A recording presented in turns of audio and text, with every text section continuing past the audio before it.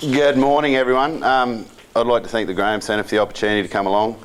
It's certainly, I think, a great thing they're doing here, and appreciate the opportunity to come along and talk. And it's interesting to have the chance to follow on from John's talk just then, and I don't know how many people are going to go and run out of here and start buying cattle to start trading after that, because I think, like anyone, no one knows what's going to happen in the next month or 6 weeks. There's no doubt we're going to set up for a pretty good spring, but there's been a couple of things I think that came out of that for me, is that you basically got to form your own market view on things and make your own decision as where you want to go.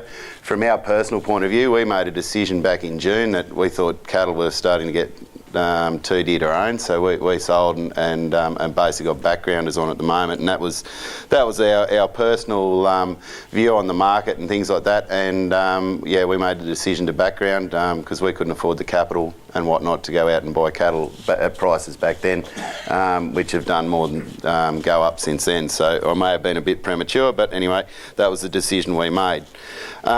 So a bit of my background, grew up on the family farm, did the college thing, worked for corporates in Grain Corp, Cargill, Elders as a grain buying background, and then married into a farm essentially, and that's what my wife and I are doing now. So we worked out some time ago that I was brought up, there was always, mum and dad always told me, you sort of run 70% breeder-wise of what you think you can run, and that's to basically make sure you've always got grass in front of you and opportunities to take hold of trades and whatever that present themselves. We've since probably adjusted that a bit. We're back down to 50%, and I think that's just the erraticness of the seasons we're seeing at the moment. At home, particularly over the last few years, we've seen rainfall years gone from 290 mils up to 1200 mils, and I think that's the thing with a breeding operation. There's a bit your reaction time to react to the seasons and the markets and things can be somewhat restricted. So we made that decision in our business to restrict it to about 50%. So we're running between 300 and 350 breeding cows on our farm there, and we'll sort of turn over or background in excess of 1,500 head every year as well on top of that. The other thing I picked up in Andrew's talk was having that passion, and I think that's pretty important what he said there. And for me, it took a long time to figure out what that passion was, and it's probably realistically and honestly only been the last 12 or 18 months I've figured that out, and my passion's growing grass, and I think if we don't have grass, you're not going to produce anything too much. So that's where we've ended up there. The other thing I noticed in John's talk was the sell-buy principle coming through there, and I think that's a pretty important one too, because a lot of people will just go out and buy and punt their market and take a view on things as to where it's going to go. We work on a different principle. We'll sell animals to either conserve grass or buy other animals back in. So at the moment, while the market's pretty good, and particularly for the replacement females, we all know the national herds at the lowest levels it's been for a very long time, and I think rather than looking at trading steers, we probably look at looking at females and things like that going forward. So as an example of what we're doing in our operation, we're going to go through and we're going to pull out some excess to requirement females, as I like to call them. They're not culls, they're surplus to requirements, and because I'm sure they'll fit into somebody else's operation pretty well. We'll probably sell some cows and calves and go and replace them with some females, and essentially heifers. So essentially we could probably run twice as many heifers as we could cows and calves. So we'll look at things like that, and I think in terms of me forming a market view, I think going forward, I think replacement females of any description going forward are going to be worth some money in the next few years as the herd rebuild carries on. So we look at all our, I don't know how you change these things, but there's more slides there. Oh, that's where we are. Between Molong and Wellington. The northern edge of the central tablelands, the old timers there reckon we're pretty much the start of the central tablelands. Our temperatures are probably more closer to Dubbo temperatures than Orange, so we can generally get some sort of growth all through winter up where we are. All our cows are run together, all in one mob with replacement females. The heifers will only get pulled off for sort of 6 or 8 weeks to get a handle on, and then they end up back in the herd. We're pretty strict on things. The cows get joined for 42 days, still only joining them at 2%. But we do a lot with our bulls, changing them around. Like the bulls will go out in age groups, and there'll probably only be three or four bulls out at a time, and then we'll swap them over after a week or 10 days to another fresh lot of bulls and things like that. Our heifers are only joined for 22 days, and we've been averaging the last few years about 75% conception in the heifers. So that's a personal thing we've done. I don't want to be going out and checking heifers for any greater period of time than we have to. And what we've found is that the bigger, later maturing types of heifers have been the ones that are falling out of the system. So we're essentially making our animals work for us a bit.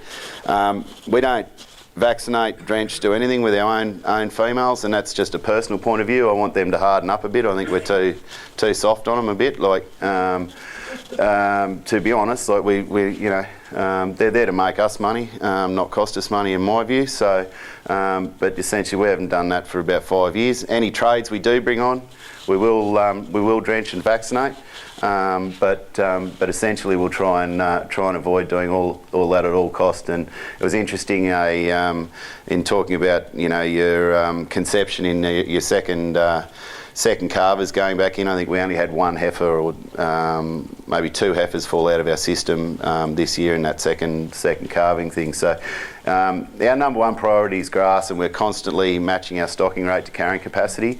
So in that mob there, we'll see, I believe there's sort of probably 10 or 12 different classes of animals in there that you could probably pull out to destock at any one particular time. We'll always have them, highlighted or whatever. So, and critical dates identified. Like if we haven't had rain by a particular time or whatever, and the grass growth isn't enough, we'll always have critical dates identified and stick to them and destock accordingly. So we can be up and down. Like it was two winters ago, I think, 3 maybe, we had closer to 600 cows and calves on, and then we ended up not getting, the spring didn't eventuate, and we sort of got caught fairly well. But so, things are probably evolving fairly well in our business there, but we're constantly on the lookouts for trades, so we'll try and work out where the best value is, and we're not restricted to any particular class of animal or whatever. So, we carve all our heifers down in the main mob. So we're rotationally grazed. So the cows are only in sort of a 10-hectare paddock for probably 1 or 2 days, and then get moved on.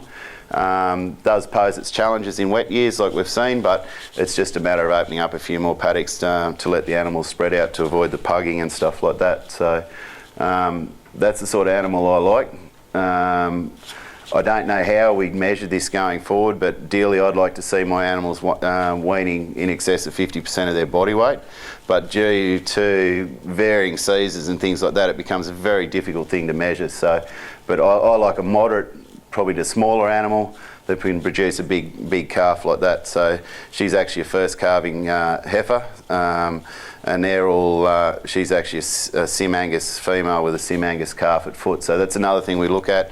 We're all Sim Angus basically, and that's, I guess, the cheapest form of production there in hybrid vigour. So that's what our system's based on there at home. So the other thing we've started doing lately is evaluating our performance of our animals there. So we've 2 years ago we entered the feedback trial at Jindalee, and we've done it again this year. So that's just to keep some feedback on us, and I think it's a business decision. Every second year we'll look at doing that, just so we can make sure we're tracking the right direction. And there's some pretty amazing feedback you can get from that trial too. So anyone interested in doing it, I think it's a very good thing. The other thing I've found with trading, and this comes back to the pesty talk a little bit, and animals being naive, and I think that's something that helps in our operation too, is exposure to other animals from other areas. And I know when we did the feedlot trial initially, of the 20 animals we sent in, none of ours got sick through that feedlot trial, and they had been exposed to animals from Hay, the North Coast, the New England, a lot of different areas. So, you know, when you take a group of your animals and you go and put them in with a big pen of 480 other people's animals, like, you know, they've, I think it helps a bit, and no doubt, I'm sure the feedlot guys prefer it when they don't have to pull them out when they're sick too. So, the other big thing for us is knowing what our cost of production is, and we're constantly look at that. We measure it in DSE days to the hectare, and then get down to DSE days per 100 mils of rainfall. So at the moment, I think our benchmarks we're working on is 550 mils, 550 DSE days per 100 mils of rainfall, sorry. At the moment on this particular block, we've got 370 backgrounders on, and they're taking out about 450 DSE days to the hectare, and they're probably on between a 60 and a 90 day rotation there.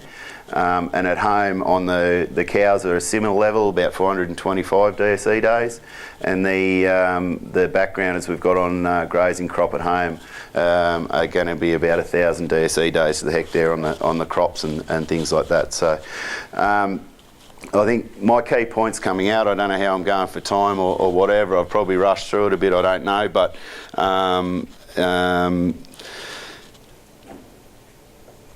yeah, where are we? There's trying to find a few other notes I took down while I was. We work on a 90-day evaluation of our grass bank, so we'll make a decision. We'll have a look at how much grass we've got in front of us before we decide to make a trade. So essentially, our trades are over a 90-day period. If they've got to extend any more than that, we'd be a bit reluctant unless there's a greater margin in it. So essentially, the shorter time I can keep them at home, the better. The other thing that helps with this trading, and we're kind of lucky we're right on the Mitchell Highway, so access to trucks and things like that is pretty convenient. So we'll generally try and work in and buy similar animals to our own, so we can work on B doubles going out to try and bring our cost of production down. Also trying to put it into them a bit with backloads. As I've said before, I think the only thing we've got 100% control over is our cost of production, and the only way you can know is have any control out of that is to actually know what it is. So a number of years ago, I don't like paying agents too much money, and particularly at the moment, you know, when you get 4% of, you know, 15 or 1800 bucks, and they're doing less than they were 5 years ago. You know, I struggle with that a bit, so I negotiated a flat rate with our guy years ago, and I think that's where it's sort of coming into its own at the moment, particularly if you're selling. So, you know, there's ways and means around it that you can have a bit more control over your cost of production. So, dare to be different, I think, is another thing. We're in the process of changing over to a summer calving. Like it or lump it, I don't know whether it's right or wrong, but we see most industries coming back, and you look at John's feed curve and things like that coming in, and that's where everyone says we should be calving and things like that. But, you know, we come into a spring period, you know, early spring might be okay, but we get a bobtail spring, you got 350 cows and calves, and you got to try and destock. It can be a pain in the arse trying to mother up and do all that sort of stuff. So we've decided we're going to push it back. And that way we've only got to deal with pregnant females, which are a lot easier to get rid of. We can do our grass budgets going forward, work out how many cows we can carry on, and then calve them down through the summer. We've also based this on some research that came out of America, Dick Diven, that has seen the maturity patterns in animals have been up to 3 months earlier than their counterparts born closest to the shortest day of the year. So essentially we're calving 3 weeks either side of the summer solstice. So, and particularly with the direction the industry's heading and the consumer wanting more grass-fed sort of beef, I think that's going to be pretty important for us going forward. And I think I really noticed it in our animals this year that the maturity patterns changed in a lot of them. And, you know, we sold 310 kilo 12-month-old weaners there in June, and then we weaned our summer calvers the other day, so they're essentially 7 months old, and they were only about 50 kilos behind where the other fellas were. So for whatever reason, I'm not sure, but going against the status quo here a bit and going the opposite way. But the way I see it, it moves all our management requirements into the sort of cooler months of the year, calf marking, things like that. It also means, you know, if you do come into a good spring, you can wean those calves straight off mum onto spring feed too. So, you know, there's a number of different ways of looking at it, and that's what I say. You can dare to be a bit different. So I believe you can always buy better than what you've got. At the moment, it doesn't matter what sort of animal it is at the moment. It could be a terrible sort of creature and they're bringing a whole lot of money at the moment. So, yeah, and that's the decision like we've made. So we'll go through some of our cows and calves and get out some that we don't like so much for whatever reason, and we'll probably replace them with some weaner heifers or something we can use down the track and things like that. So always have a class identified to be sold.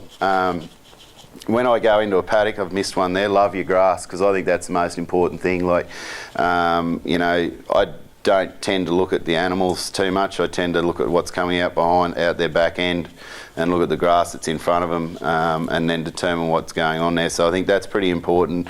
And even at the moment, with all the rain we've had around home, we've managed, because we've left some solar panels and leaves on the pasture. It's still growing, but there's plenty around us that have chewed it back, and they're not seeing a whole lot of growth, and they still won't until it warms up a fair bit more. So